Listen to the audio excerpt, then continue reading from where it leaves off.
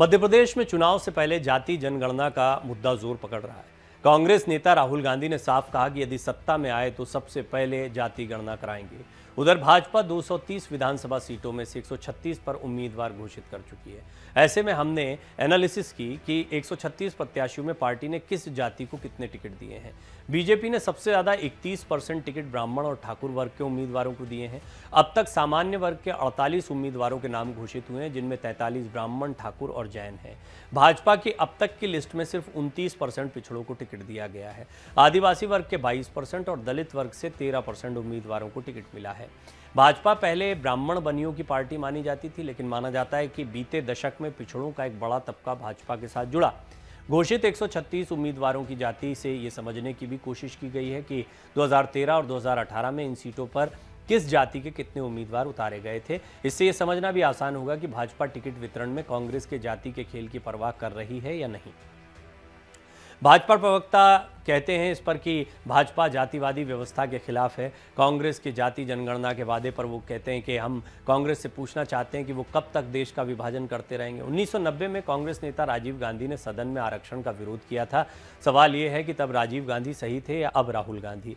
गृह मंत्री नरोत्तम मिश्रा ने राहुल गांधी का नाम लिए बिना कहा कि जो खुद अपनी जाति नहीं बता पाते वो पिछड़ों की बात कर रहे हैं। 136 घोषित सीटों में भाजपा ने 48 सामान्य, 40 ओबीसी, 30 एसटी और 18 एससी उम्मीदवार घोषित किए हैं। प्रदेश में ओबीसी की आबादी 49% है, जो सामान्य वर्ग यानी ब्राह्मण ठाकुर की आबादी के टिकटों के अनुपात में काफ़ी कम है।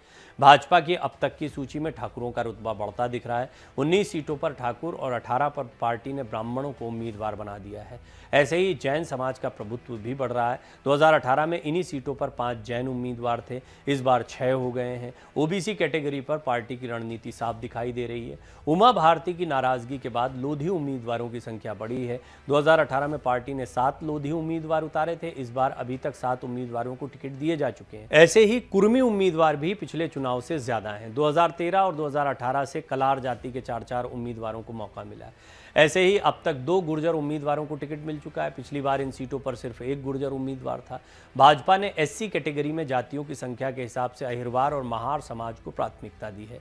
2018 में 3 अहिरवार उम्मीदवार थे, इस बार इतनी ही सीटों पर 5 अहिरवारों को मौका मिला है। ऐसे ही महार समाज के इस बार 3 उम्मीदवार घोषित हो चुके हैं, जबकि बीते 15 सालों में इन सीटों पर भाजपा ने इस जाति के सिर्फ 1 उम्मीदवार को मौका दिया था। भाजपा ने आदिवासियों में भी उनकी जाति के हिसाब से उम्मीदवारी दी है। सबसे ज्यादा 16 गुण उम्मीदवारों को मौका मिला है। 5 भील, 5 भिलाला उम्मीदवारों का नाम भी लिस्ट में आया है। इससे साफ है कि भाजपा आदिवासी वर्ग में उनकी संख्या के लिहाज से ही उम्मीदवारी तय कर रही है। बीते 4 चुनाव में जाति के एनालिसिस करने पर एक और बात सामने आई है कि राजनीतिक दलों के लिए टिकट देने में जाति सबसे अहम पैरामीटर है। किसी विधानसभा में पार्टी ने टिकट बदला तो वहां उसी जाति का ख्याल रखा।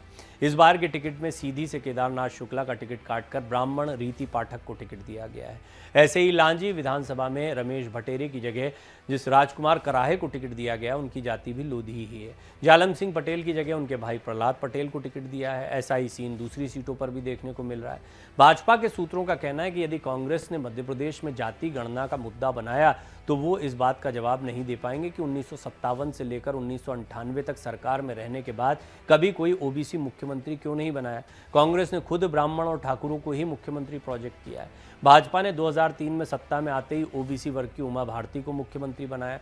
बाबूलाल गौर और शिवराज सिंह चौहान भी ओबीसी वर्ग से सीएम रहे। खुद प्रधानमंत्री नरेंद्र मोदी भी ओबीसी कैटेगरी से आते हैं। तो आप देख रहे हैं जाति के समीकरण में बीजेपी का भी एक बड़ा दांव है और बीजेपी पूरी तैयारी के साथ मैदान में। इसके सामने कांग्रेस की कौन सी रणनीति? शुरुआत में हमने देखा था कर्नाटक की जीत के बाद बहुत उत्साहित कांग्रेस थी, लेकिन अब जितनी भी रणनीतियां बीजेपी की तरफ से बनाई गई है उसमें कांग्रेस बहुत हद तक पिछड़ती दिखाई देती है। पिछड़ती इस लिहाज से कि उम्मीदवारों के नाम तय नहीं हो पा रहे, कुछ ना कुछ वजह होगी। निश्चित तौर पर चुनौतियां हैं।